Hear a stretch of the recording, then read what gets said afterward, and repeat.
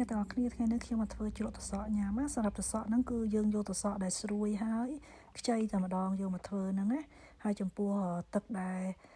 សម្រាប់ធ្វើជ្រក់ហ្នឹងគឺខ្ញុំដាក់ទឹកត្រីមួយចានស្ករសមួយចានហើយនឹងទឹកខ្មេះមួយចានហើយសម្រាប់ទឹកខ្ញុំដាក់3ចានយើងដាំវាពុះទៅបន្ទាប់មកយើងទុកឲ្យវាត្រជាក់ក្តៅអ៊ុនតិចតិចចឹងណាហើយចាំយើងយកមកចាក់នៅក្នុងត្រសក់ហ្នឹងបន្ទាប់មកយើងកុំទាន់បិទគម្របយើងទុកវាចោលរហូតដល់ទឹកនឹងត្រជាក់ហើយចាំយើងបិទគម្របទុកចោលមួយយប់គឺយើងអាចញ៉ាំបានហើយជាពីត្រសក់វិញគឺថាស្រួយតែម្ដងអ្នកទាំងអស់គ្នាគឺស្រួយឆ្ងាញ់ហើយនេះគឺជាទឹកត្រីដែលខ្ញុំបានដាំហើយអញ្ចឹងអ្នកទាំងអស់គ្នាចាក់ចូលទៅក្នុងហ្នឹងទៅបន្ទាប់មកយើងទុកវាចោលរហូតដល់ត្រជាក់ស្រាប់ទៅចាំយើង